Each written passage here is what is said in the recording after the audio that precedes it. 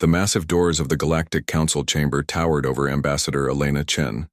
She took a deep breath, adjusting the simple blue uniform that represented Earth and its colonies. This moment had been 50 years in the making. Humanity's first official audience with the ruling body of known space. Elena brushed a strand of dark hair from her face. At 42, she had spent half her life in diplomatic service.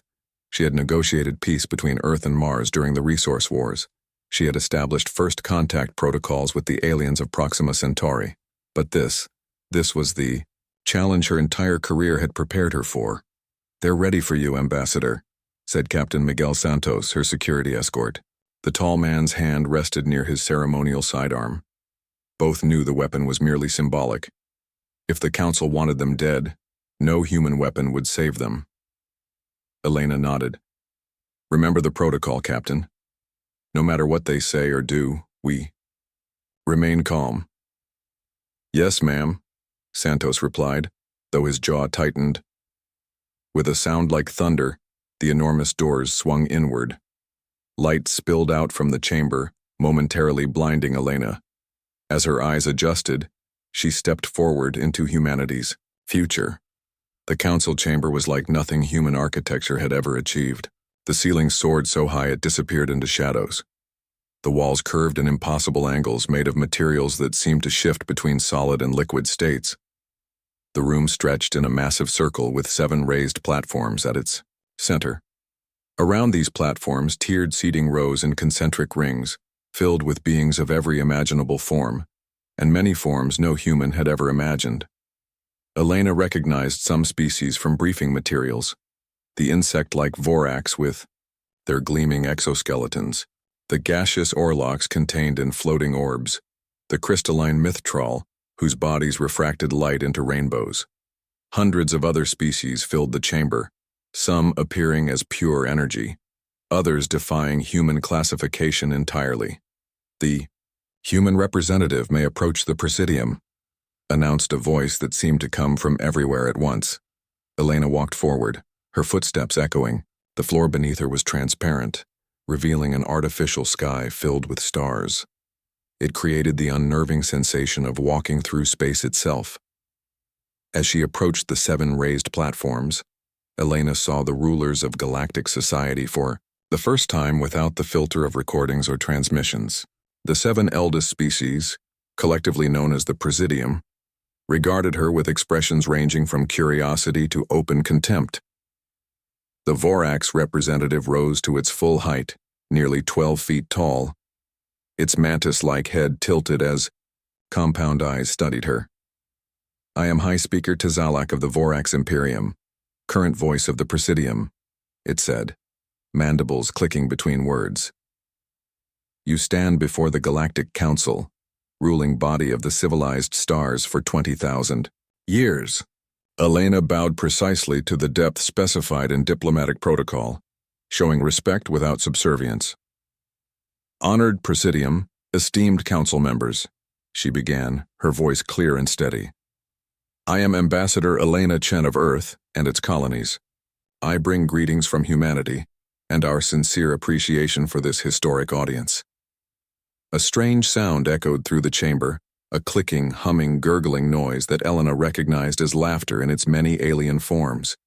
She maintained her diplomatic smile, though confusion flickered in her eyes. The gelatinous form of Jolpak, representative of the ancient Pa collective, rippled forward on its platform. When it spoke, the words formed directly in Elena's mind. "The human believes this is a historic moment," Jolpak projected, amusement coloring its mental voice, as if the brief attention of the council makes their species significant. More laughter rippled through the chamber. Elena stood motionless, years of diplomatic training keeping her expression neutral. High Speaker Tazalak raised a serrated limb for silence. "Human Ambassador, do you know why the Council has finally granted your species an audience after rejecting 50 years of petitions?" "I understand the Council has strict criteria for recognition," Elena replied carefully. "Humanity hopes to demonstrate that we now meet those standards." "You do not," said Tazalak bluntly. Your species remains primitive by council measure. This audience was granted for educational purposes. A murmur ran through the assembled representatives. Elena felt the weight of thousands of alien eyes upon her. Educational? She asked. The crystalline myth trial representative sparkled as it moved forward. Every few centuries, the council selects an emerging species for the reminding, it said, voice chiming like glass bells, a formal demonstration of their place in the cosmic hierarchy. Elena's mind raced, reviewing everything Earth knew about council proceedings. There had been no mention of this reminding in any documentation from their few alien allies. I see, she said carefully, and humanity has been selected for this honor. The vaporous Orlock's representative's containment sphere floated closer. Honor? No. Necessity. Your kind has been operating beyond its assigned boundaries for decades.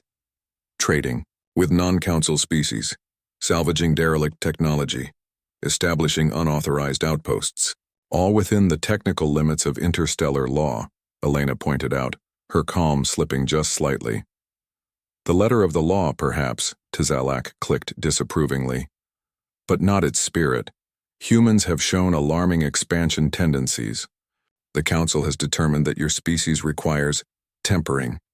The telepathic presence of the Eldrin representative, a being of pure neural energy, pressed against Elena's mind. Your kind dreams too largely for your capabilities. This creates instability. Elena felt a cold sensation spreading through her chest. This was not the diplomatic recognition mission she had prepared for. This was something else entirely. The human appears confused, observed Zolpak, rippling with amusement. Perhaps we should be more direct, as befits their primitive understanding. Tzalak's compound eyes gleamed. Indeed. Human Ambassador Chen, your species stands before the Council not for recognition, but for correction. For the next 3 hours, by Council tradition, each Presidium member will explain a fundamental failing of your species. You will stand and listen. At the conclusion, your petition for recognition will be formally denied. Gasps and whispers spread through the human diplomatic team watching from the chamber's entrance. Captain Santos stepped forward, hand moving to his sidearm, but Elena subtly gestured him back. And if we refuse this correction? Elena asked, her voice steady despite the growing knot in her stomach. Then the Council will implement restrictions rather than recommendations, Tzalak replied. Your system will be quarantined, your colonies isolated, your ships confined to your home system. Elena took a slow, deliberate breath. 50 years of careful human expansion into the galaxy, hanging by a thread. I understand, she said finally. As Earth's representative, I will hear the Council's assessment. Tzalak seemed almost disappointed by her acquiescence. Very well. The reminding begins. As the first Presidium member moved forward to detail humanity's failings, Elena stood tall, her face a diplomatic mask. But behind her eyes, something was building. Not fear or anger, but recognition of opportunity. The Council had made a critical mistake. They had revealed their true opinion of humanity before Elena had revealed hers of them. And in that mistake, she saw the path forward. For the next 3 hours, Ambassador Elena Chen endured what would later be recorded in human archives as the humbling. Each member of the Presidium took turns listing humanity's failings before the gathered representatives of 300 galactic species. The massive chamber had fallen silent except for the voices of the 7 eldest races. Elena stood perfectly still in the center, her face a practiced mask of diplomatic neutrality. Behind her, Captain Santos and the small human delegation watched with growing anger. High Speaker Tzalak of the Vorax went first, towering over the human ambassador. Its chitinous exoskeleton gleamed under the chamber's lights as it gestured with serrated limbs. Your species has been traveling beyond your solar system for barely 100 years, Tzalak clicked. The youngest council race achieved this milestone 10,000 years before your kind walked upright. Images appeared in the air around Elena, primitive human ancestors, early spacecraft, failed missions. The council chamber filled with alien sounds of amusement. You cling to your achievements like hatchlings to their first molt, Tzalak continued. Yet you remain confined to a tiny corner of one galactic arm, with technology millennia behind council standards. Elena nodded politely, as if receiving helpful advice rather than mockery. The crystalline Mythtrol representative moved forward next, body facets catching light and sending rainbow patterns across the chamber floor. We have observed your planet's history, the Mythtrol chimed, voice like breaking glass. You have nearly destroyed your only habitable world multiple times, the air filled with projections of Earth's darkest moments, world wars, environmental disasters, nuclear close calls. Your history is written in the blood of your own kind, the crystalline being continued. While the council races long ago moved beyond internal conflict, humans continue to fight among themselves even as they reach for the stars. Elena's eyes briefly flickered to a projection showing the end of the Mars conflict, a peace treaty she herself had helped negotiate. The image vanished before she could study it. The gaseous Orlox floated forward in its containment sphere, colored vapors swirling inside. Your technological capabilities are primitive by any measure, it said, voice hissing like escaping steam. Your most advanced quantum computers are mere toys compared to the processing capabilities of an average council citizen's neural implant. More images appeared. Human technology alongside council equivalents. Earth's most advanced starship next to a Vorax scout vessel, 1/10 its size but 100 times more powerful. You rely on crude material manufacturing when molecular assembly is standard practice throughout civilized space, the Orlox continued. Your energy systems waste 90% of potential output. Your medical science still requires physical intervention rather than cellular reprogramming. Throughout the chamber, representatives nodded in agreement. Some seemed to pity the human standing silently in their midst. The telepathic Eldrin moved forward, its form a shimmering pattern of neural energy. When it spoke, the words formed directly in the minds of everyone present. Most concerning is your species' psychological makeup, the Eldrin projected. Your minds are chaotic, fragmented. You lack the unified purpose that defines true civilization. Elena felt the Eldrin's presence brush against her thoughts, like cool fingers sifting through sand. Each human contains contradictory desires, beliefs that change with circumstance, loyalties to subgroups rather than species, it continued. Such mental structure is typically found only in pre-sapient or early development species. Captain Santos shifted his weight behind Elena, his patience wearing thin. She sensed his anger and subtly raised a hand to keep him in place. They had prepared for this possibility, though not for its severity. The gelatinous Jolpak rippled forward on its platform. Its body was like thick blue liquid, contained by nothing but its own surface tension. Your diplomatic efforts are particularly amusing, Jolpak's thoughts bubbled into Elena's mind. You approach galactic politics like children entering an adult conversation, unaware of patterns established over 20,000 years. Images appeared showing failed human trade negotiations, misunderstandings with minor species, diplomatic, faux pas from Earth's early ventures into interstellar relations. You believe yourselves clever for establishing relations with 30 non-council species, Jolpak continued, unaware that these are races deemed too insignificant for council attention. Elena's expression didn't change, but something shifted. In her eyes, a brief flash of interest at the specific number mentioned. The POC representative had just confirmed Earth's intelligence estimates. The final 2 Presidium members delivered similar critiques, the insectoid Trill focusing on human reproductive inefficiency, the shadow-like Krethax discussing humanity's emotional irrationality. As the 3-hour humiliation neared its end, High Speaker Tzalak moved forward again. The entire chamber had grown accustomed to the human ambassador's silence, her apparent acceptance of the council's judgment. Having heard the Presidium's assessment, the full council will now vote on your petition, Tzalak announced. The vote took less than a minute. Lights flashed across the chamber as representatives registered their decisions. The petition for council recognition is denied, Tzalak declared. Humanity will remain a probationary species, restricted to its home system and currently established colonies. No further expansion will be permitted for 100 standard cycles. Perhaps then, you may petition again. A profound silence fell over the chamber. By council tradition, the petitioner was granted a final statement. All eyes turned to the human for her reaction. Elena had not moved or spoken for 3 hours.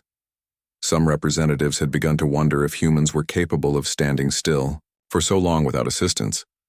Others speculated that she had entered some primitive trance state to endure the humiliation. When she finally stepped forward, her movement drew the attention of every being in the vast chamber. "Honored Presidium, esteemed council," Elena began, her voice clear and unwavering. "I thank you for your candid assessment of my species."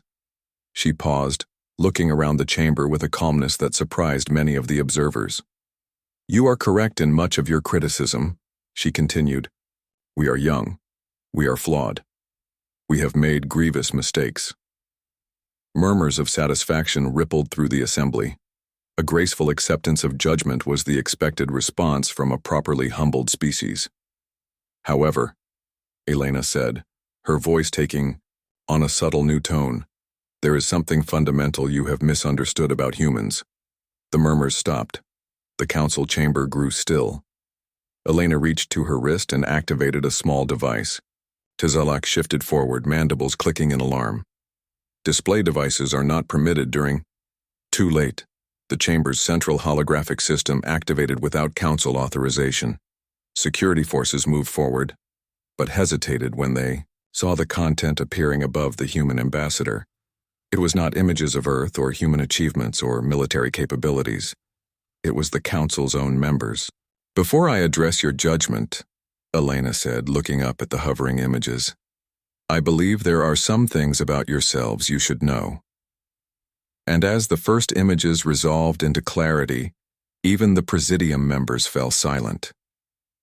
The council chamber erupted in confusion as the unauthorized images appeared above Ambassador Elena Chen. Security drones rushed forward but stopped when High Speaker Tzalak raised a serrated limb. "Let the humans speak," the Vorax leader clicked.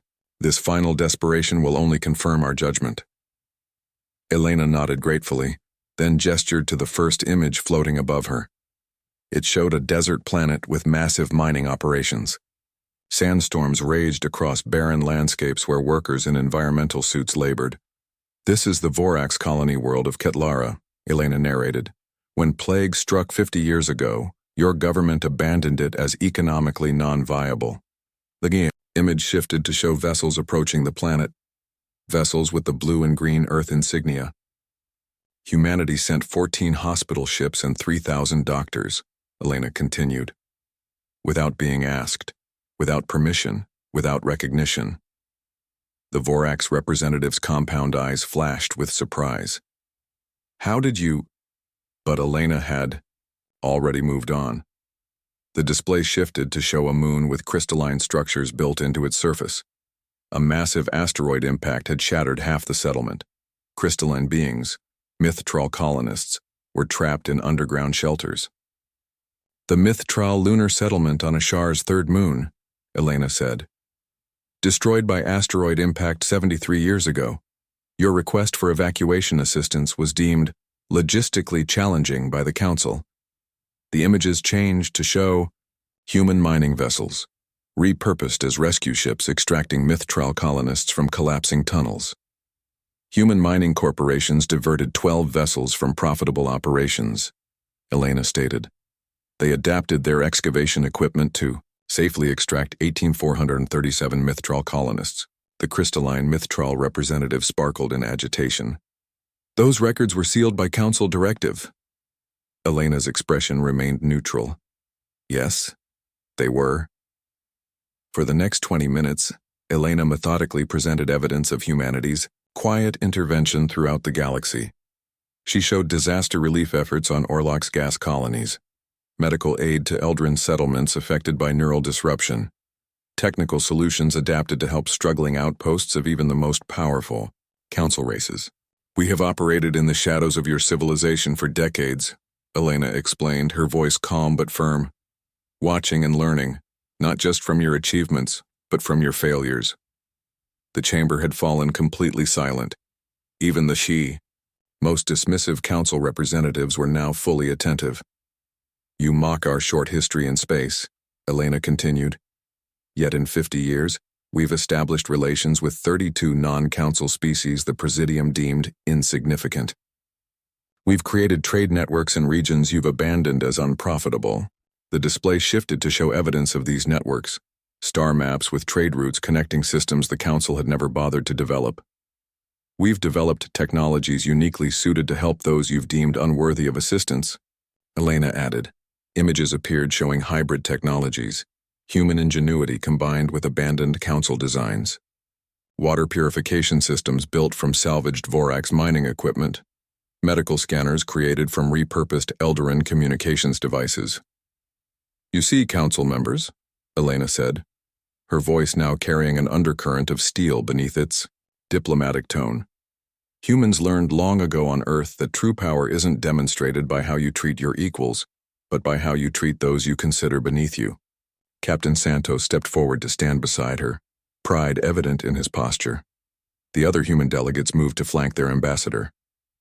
High Speaker Tizalak's mandibles clicked rapidly, a sign of agitation. These interventions were unauthorized. Many violated Council salvage restrictions and territorial protocols. With respect, High Speaker, Elena replied, we studied your laws very carefully. Every action we took operated within the technical boundaries of Council regulations. We simply found opportunities within those regulations that you never imagined. The gelatinous Jolpak rippled in what appeared to be anger. You deliberately circumvented the spirit of Council law, just as you deliberately circumvented the spirit of fair judgment today, Elena countered. You invited humanity here not to evaluate our petition honestly, but to humiliate us, to put us in our place. That choice reveals more about the Council than about humanity. Murmurs spread through the chamber. Many representatives shifted uncomfortably. The difference between us, Elena continued, is that when humans find others in need, our first instinct is to help, not to calculate the economic benefit or political advantage. She gestured to the display, now showing dozens of rescue operations, aid missions, and collaborative projects between humans and non-Council species. You call this primitive. We call it compassion. The telepathic Eldarin representative pulsed forward, its neural patterns swirling rapidly. These isolated incidents do not change the reality of your technological inferiority. Your species remains centuries behind Council standards. Elena smiled for the first time since entering the chamber. That assessment might have been accurate 30 years ago, but while the Council has been focused on maintaining the status quo, humanity has been innovating. The display changed again, showing technical schematics that caused several Council scientists in the audience to lean forward in surprise. This is the Adaptive Integration Protocol, Elena explained. A system developed by Earth engineers that allows seemingly incompatible technologies to work together. While Council races maintain rigid technological standards, humans have created flexible systems that can interface with technologies from any species. She gestured to Captain Santos, who stepped forward and activated his wrist device. The schematics expanded to show practical applications. Using this protocol, we've built communication networks connecting 17 non-Council species who previously couldn't exchange data due to incompatible systems, Elena said. We've created medical technologies that can treat multiple species, despite their different biologies. We've designed agricultural systems that can function on worlds the Council deemed non-viable. The Vorax High Speaker rose to its full height. These claims require verification. Of course, Elena agreed, which is why I've already transmitted all supporting documentation to your central data network. The access codes are included. A ripple of surprise passed through the Presidium. The human had somehow gained transmission access to the Council's secure network, something that should have been impossible. You assume superiority because of your history, Elena said, her voice gentle now. But age doesn't always bring wisdom. Sometimes it brings complacency. She deactivated her display device. The images faded, but their impact remained. Humanity doesn't seek Council recognition out of vanity, Elena stated. We seek it because we believe in cooperation, in sharing knowledge and resources, in helping one another. She looked around the vast chamber, meeting the eyes or sensory organs of as many representatives as she could. The question isn't whether humanity deserves a place in your galactic community, Elena concluded. The question is whether your community is ready to embrace what humanity offers, not superior technology or military might, but a willingness to help others without calculating the profit. A drive to innovate rather than preserve. A belief that all species deserve respect regardless of their age or power. She bowed precisely to the depth specified in diplomatic protocol, showing respect without subservience. The Council has rendered its judgment on humanity, Elena said. Now humanity awaits the Council's response to what you've learned today. As she straightened, the chamber erupted into a chaos of voices, clicks, telepathic bursts, and translator units struggling to keep up. The Presidium members huddled together, communication crystals flashing as they conferred privately. Captain Santos leaned close to Elena's ear. Think they got the message, Ambassador? Elena watched the growing confusion among the representatives, many of whom were now reviewing the data she had transmitted to their personal devices. They heard it, she replied quietly. But whether they understood it, that's what we're about to find out. The Galactic Council called an emergency recess following Ambassador Elena Chen's presentation. For 3 standard hours, the chamber remained closed while the Presidium members conferred in private. Human delegates waited in a small antechamber, surrounded by curious representatives from minor council races. Do you think they'll punish us for the unauthorized aid missions? Asked Dr. Keller, the delegation's science advisor. Elena sipped water from a container designed for human use, a small courtesy that now seemed significant in light of what they'd learned about the Council's true attitude toward humanity. They can't, she replied, not without admitting they abandoned their own people. Captain Santos leaned against the wall, arms crossed. I still can't believe they invited us here just to mock us. It's an old political tactic, Elena said. Humiliate your potential rivals before they become strong enough to challenge you. She smiled slightly. They just didn't expect us to have done our homework so thoroughly. A soft chime indicated the recess was ending.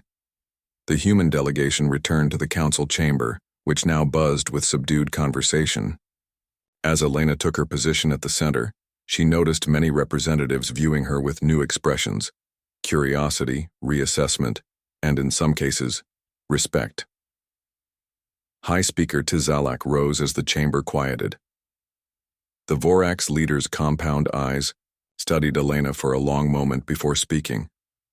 Human Ambassador Chen, the Presidium has verified portions of your presentation. We acknowledge humanity's interventions in certain situations. Elena nodded once, waiting. However, Tizalak continued, mandibles clicking. Your unauthorized activities do not change the fundamental assessment of your species' development stage. The Council's decision stands. A stir ran through the chamber. Some representatives seemed satisfied, others disappointed. I understand, High Speaker, Elena replied calmly, but with respect, I haven't shown you everything yet. Before Tizalak could object, Elena activated her wrist device again. This time a different display appeared above her. A star map of the galaxy. Numerous points of light, hundreds of them, began to illuminate in regions far from Council space. These are settlements, colonies, and stations established or supported by humanity and our non-Council allies in the past 30 years, Elena explained. The gaseous Orlox representative floated forward, colored vapors swirling rapidly inside. Its containment sphere. Impossible. Our surveillance networks would have detected such expansion. With respect, they did not, Elena replied, because you were looking for the wrong signatures. We don't build as you do. We adapt. We repurpose. We make efficient use of what others discard. The display zoomed in on what appeared to be an asteroid field. Closer inspection revealed it was a sprawling shipyard constructed from salvaged derelicts, Council ships abandoned after becoming technologically obsolete. The reclamation yards of Tau Ceti, Elena explained, where we've reverse-engineered and improved upon technology your civilizations discarded. The Eldrin representative's telepathic voice resonated with disturbed harmonics. You've violated Council salvage restrictions. We've violated nothing, Elena countered. The Council Salvage Directive, Section 7, Paragraph 12, states that abandoned vessels and equipment beyond repair classification may be collected as raw materials. We simply have a different definition of beyond repair. The display shifted, again, showing what appeared to be hollowed-out asteroids connected by transport tubes. Inside these asteroids were thriving communities of mixed species, some human, others clearly not Council races. The Fringe Collective, Elena continued. 57 independent habitats housing members of 23 species, all working cooperatively. Built in regions of space the Council designated as resource-depleted, she gestured, and the display shifted again to show manufacturing facilities. Using technologies we developed, these regions now produce goods that are traded throughout non-Council space. The display shifted yet again, showing economic data. This is the combined economic output of what we call the Fringe Alliance. The coalition of species humanity has formed with others denied Council recognition. Our combined production now equals that of the 3 smallest Council members combined. Shock rippled through the chamber. The Presidium members exchanged alarmed glances.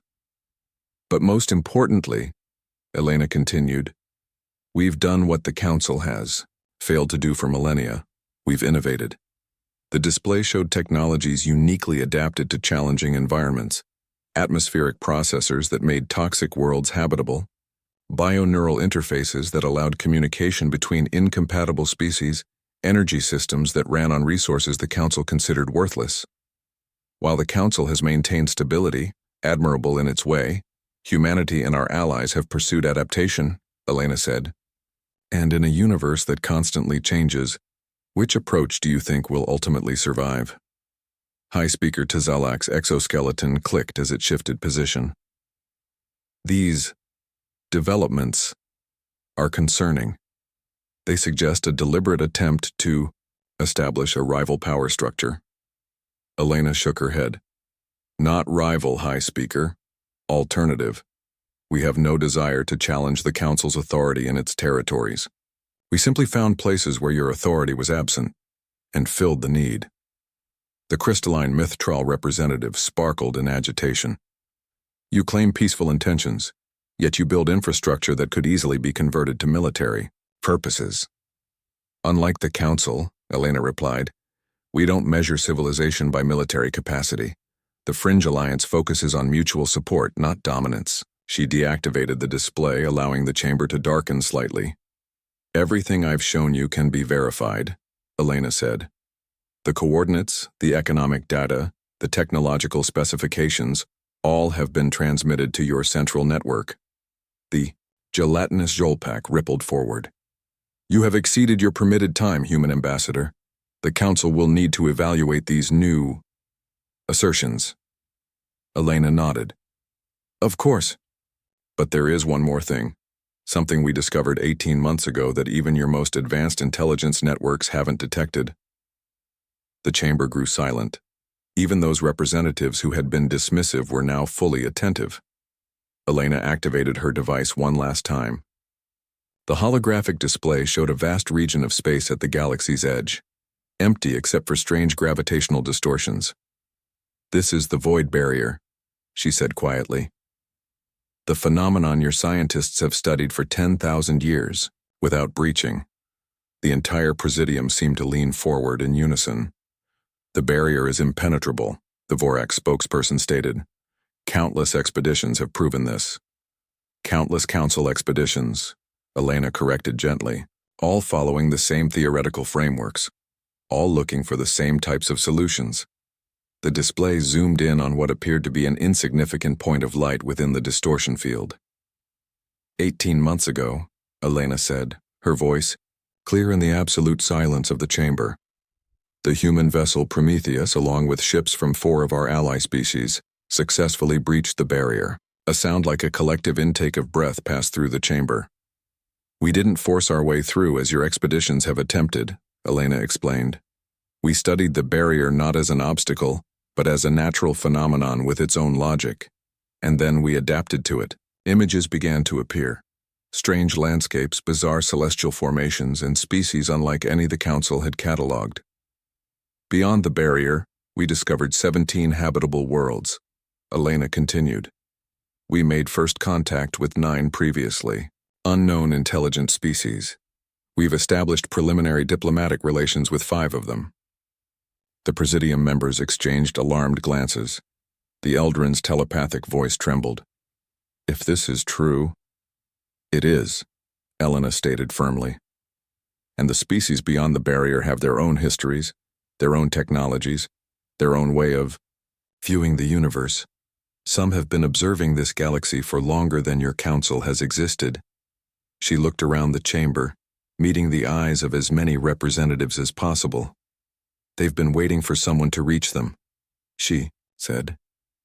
Someone who approaches the unknown with curiosity rather than caution, with cooperation rather than conquest. Elena deactivated her device for the final time.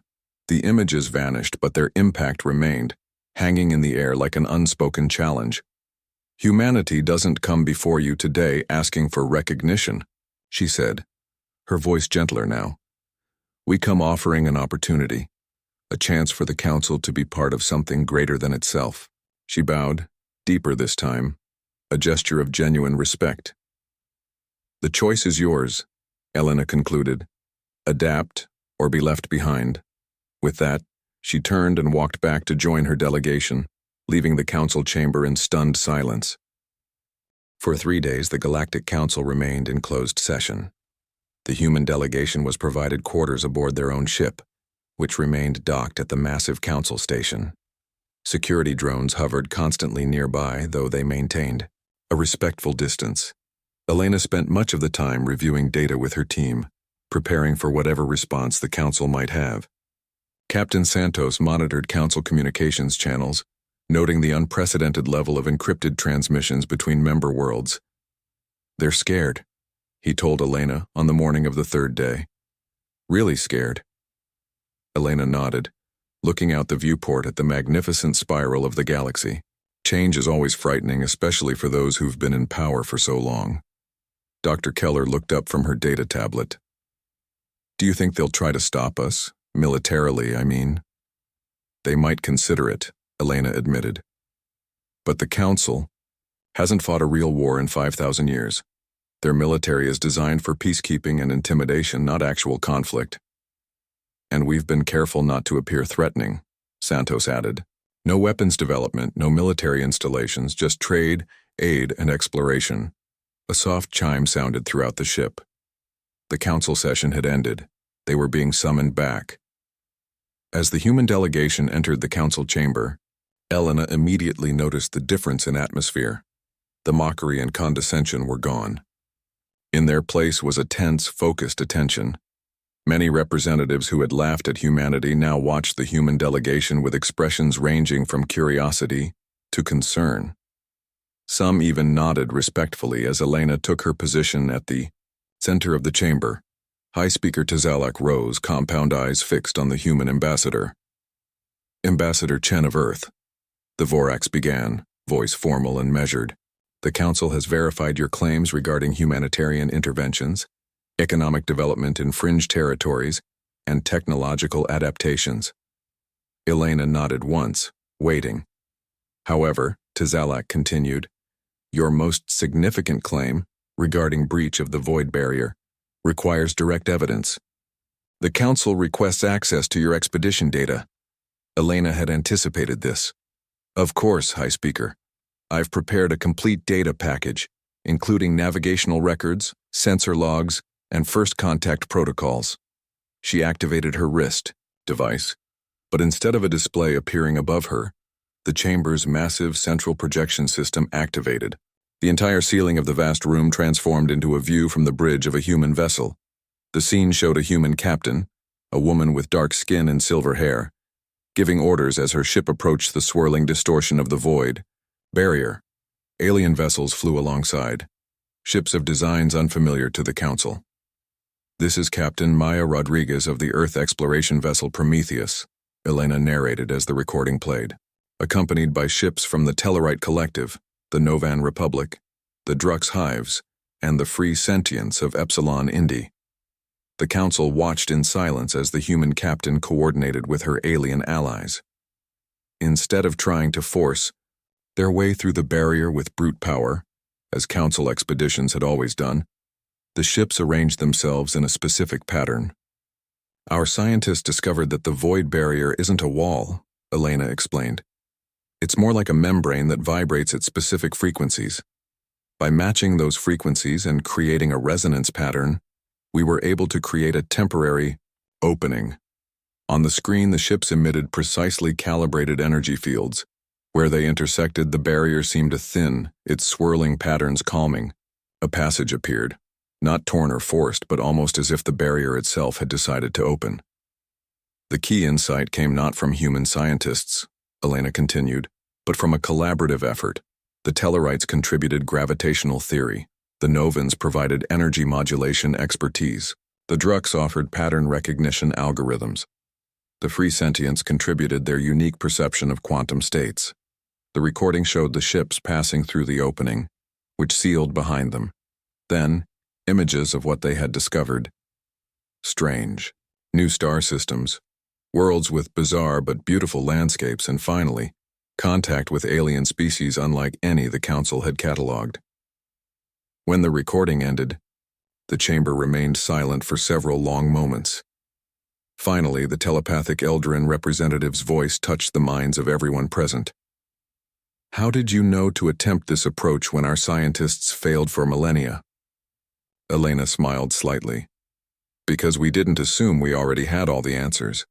Humans excel at collaboration, at bringing together diverse perspectives. We believe every species, no matter how different, has something valuable to contribute. Gestured to the data still displayed on some of the Council's screens. Your expeditions were all Council-only endeavors. You never considered that species you dismissed as primitive might see patterns you had missed. The crystalline Mythtrial representative's facets flashed as it spoke. These species beyond the barrier, have you informed them of the Council's existence? Yes, Elena said simply. We've hidden nothing from them. They are aware of the Council, its history, and its policies. And what is their view of us? The Mythtrial asked. Elena hesitated, then decided that complete honesty was required. They are curious, but cautious. Some remember ancient contacts, with explorers from this galaxy, contacts that predate the Council's formation. They wonder why such exploration ceased, why the Council turned inward rather than outward. The chamber filled with murmurs and translated exclamations. The idea that there had been contact before the Council existed challenged their entire historical understanding. The gelatinous Jolpak rippled forward. These beings beyond the barrier, do they pose a threat? Not unless threatened, Elena replied. Like us, they are primarily interested in exchange, of ideas, of culture, of knowledge. Some of their technology is advanced beyond anything in Council space. Others have developed along entirely different paths. She looked around the chamber. They are willing to meet with representatives of this galaxy. They've agreed to a diplomatic summit, not here in Council space, but on neutral ground. High Speaker Tzalak's mandibles clicked rapidly. Where would this summit be held? Elena met the Vorax leader's compound eyes directly. On Earth. A wave of surprise passed through the chamber. Our world, Elena continued, which you deemed primitive, has been chosen as the meeting point between galaxies precisely because we are not bound by preconceptions, because we listen before judging, because we help before calculating profit. The Presidium members conferred quickly, communication crystals flashing between them. Finally, Tzalak spoke again. The Council must consider the significant implications of your revelations, Ambassador Chen. We will recess to confer with our respective governments. Elena nodded.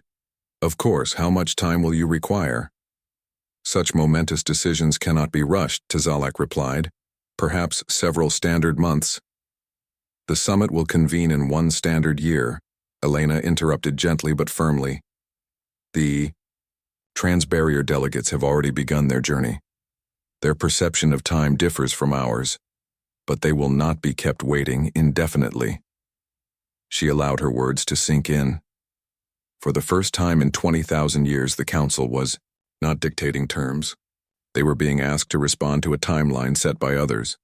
Tzalak's compound eyes studied Elena for a long moment. You planned this, didn't you? From the beginning. The petition was merely a pretext. Elena shook her head. No, High Speaker. We came genuinely seeking recognition. Your mockery simply confirmed what we suspected, that the council needed to be shown a different path forward. She smiled, a simple human expression that somehow conveyed both warmth and unwavering resolve. The universe is larger and more wondrous than any of us imagined, Elena said. The question now is whether we explore it together or separately. 1 month after Ambassador Elena Chen's presentation to the Galactic Council, Earth received notice that the Council had called an extraordinary full session. All member species, not just their representatives, were invited to witness the proceedings through the vast communication network that connected Council space. They're making a statement, Elena told the United Earth Diplomatic Committee as they prepared to return to Council headquarters. Whatever their decision, they want everyone to hear it directly. President Okafor nodded, studying the formal notification. And they specifically requested your presence as Earth's representative? Yes, Elena confirmed, though they've now acknowledged our full diplomatic status, which is a significant change from before. The journey back to Council space was tense but hopeful. The Earth vessel was escorted by ships from 12 non-Council species, allies who had formed the core of what Elena had called the Fringe Alliance. Their presence wasn't required, but they had insisted on showing solidarity.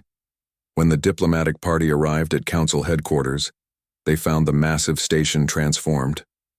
Gone were the security checkpoints that had previously restricted movement of non-Council species. Representatives from hundreds of civilizations mingled freely in the grand concourses. They've changed the protocols, Captain Santos observed as they made their way to the Council chamber. No segregation by technological classification or species age. Elena nodded, noting other subtle but important changes. Translation systems had been upgraded to include languages previously deemed non-essential. Information displays now showed data about regions beyond Council space. Small but meaningful shifts that suggested the Council was already adapting. When they entered the Council chamber, Elena was surprised to find it rearranged. The Presidium platforms no longer dominated the center. Instead, a circular arrangement of seats created a more equal setting. The tiered seating remained, but new sections had been added specifically for non-Council observers. High Speaker Tzalak approached as Elena and her delegation were shown to their places. Ambassador Chen, the Vorax greeted her, mandibles clicking in what Elena had learned was a gesture of respect. Your revelations have caused quite the reconsideration within Council space. Change can be difficult, Elena acknowledged, but often necessary. Indeed, Tzalak agreed. The Council has existed for 20,000 years by adapting when required. Perhaps we had forgotten that principle until recently. Before Elena could respond, a soft harmonic tone signaled the beginning of the session. The chamber fell silent as representatives took their places. Tzalak moved to the speaker's position at the edge of the circular arrangement. The Vorax's exoskeleton gleamed under the chamber lights as it addressed the assembled delegates and the trillions watching across Council space. This extraordinary session of the Galactic Council is now convened, Tzalak announced. For the first time in 7,000 years, the Council faces a question that challenges our fundamental structure and purpose. The chamber was utterly silent. 1 month ago, the human Ambassador Chen presented evidence that has been verified by all Council scientific and intelligence authorities, Tzalak continued. Humanity and their allies have achieved what was thought impossible, passage beyond the void barrier. Images appeared throughout the chamber, showing the human expedition's journey beyond the barrier. More significantly, Tzalak added, they have established contact with civilizations unknown to us, arranged a diplomatic summit of historic proportions, and demonstrated that cooperation between diverse species can yield results that eluded even the Council's most advanced efforts. The Vorax turned slightly, compound eyes focused on the human delegation. The Presidium has deliberated extensively on how to respond. Our initial judgment of humanity was incorrect, based on incomplete understanding and, yes, certain prejudices that have developed over millennia of relative isolation. Murmurs spread through the chamber at this unprecedented admission of error. The Council proposes a new designation for Earth and its aligned species, Tzalak continued. Not as probationary members, but as a distinct diplomatic entity, the Fringe Alliance with full Council representation. Elena rose and stepped forward. High Speaker, that is a generous offer, and Earth appreciates the Council's reconsideration. However, the Fringe Alliance has already voted on our response to any such proposal. She activated her wrist device. This time, with the Council's permission, a new display appeared. It showed thousands of ships, human vessels alongside those, of 30 other species, assembled in formation. Not a threat, but a statement of unity. The Alliance honors the Council's history and achievements, Elena said, her voice carrying throughout the chamber. But we cannot join the Council as it currently exists. Gasps and translated exclamations filled the chamber. Instead, Elena continued, we propose something unprecedented, a complete restructuring of galactic governance, one where innovation is valued alongside stability, where species are judged by their contributions, not their age or military power. She gestured to the display, which now showed a new organizational structure. A galactic assembly, where Council and non-Council, species alike have voice and representation, where decisions are made not by the oldest civilizations alone, but by diverse perspectives working in concert. Tzalak's mandibles clicked rapidly. You cannot possibly expect the Council to surrender 20,000 years of established order. We expect nothing. Elena interrupted gently. Humanity has learned to work without expectations. We simply adapt to what is, and what is at this moment is a fundamental shift in the balance of galactic power. She looked around the chamber, meeting the gaze of as many representatives as possible. We've already established contact with the civilizations beyond the barrier. They've agreed to send representatives to the diplomatic summit on Earth. Our world that you deem too primitive will host the first true intergalactic diplomatic conference in known history. Elena's voice remained gentle but carried an undercurrent of steel. The Council faces a choice. Join us as equals in creating something new, or maintain your isolation as the universe moves forward without you. Tzalak stepped back to confer with the other Presidium members. Urgent discussions raced through the chamber as representatives debated among themselves. After several minutes, Tzalak returned to the speaker's position. The Vorax's posture had changed, less commanding, more reflective. The Council has existed for 20,000 years because it has, when necessary, evolved, Tzalak said finally. Perhaps this is such a moment. The Vorax turned to address the entire chamber. The Presidium proposes an interim arrangement, a joint committee of Council and Alliance representatives to design this new galactic assembly, to consider how we might preserve the best of our traditions while embracing new possibilities. Elena smiled. Earth and the Alliance would welcome such collaboration. The summit will convene in one standard year on Earth as proposed, Tzalak continued. Council representatives will attend, not to judge but to participate, to listen and learn. The Vorax's compound eyes focused on Elena. You have shaken the stars, Ambassador Chen. We shall see what new formations they take when they settle. Elena bowed respectfully. The universe is vast and full of wonders, High Speaker. Perhaps the greatest wonder is how different minds can come together to create something greater than any could achieve alone. As the historic session concluded, Elena's communication device chimed softly. It was a message from Earth, the first. Vessels from beyond the barrier had been detected approaching the edge of the solar system. They would arrive months earlier than expected. Captain Santos leaned close. Seems like everyone's in a hurry to meet the species that humbled the mighty. Council? Helena smiled as she watched representatives from council and non-council worlds mingling, already forming new connections and alliances. We didn't humble them, Captain, she replied. We reminded them of something they'd forgotten. That true. Greatness comes not from power or age, but from what you're willing to learn from others.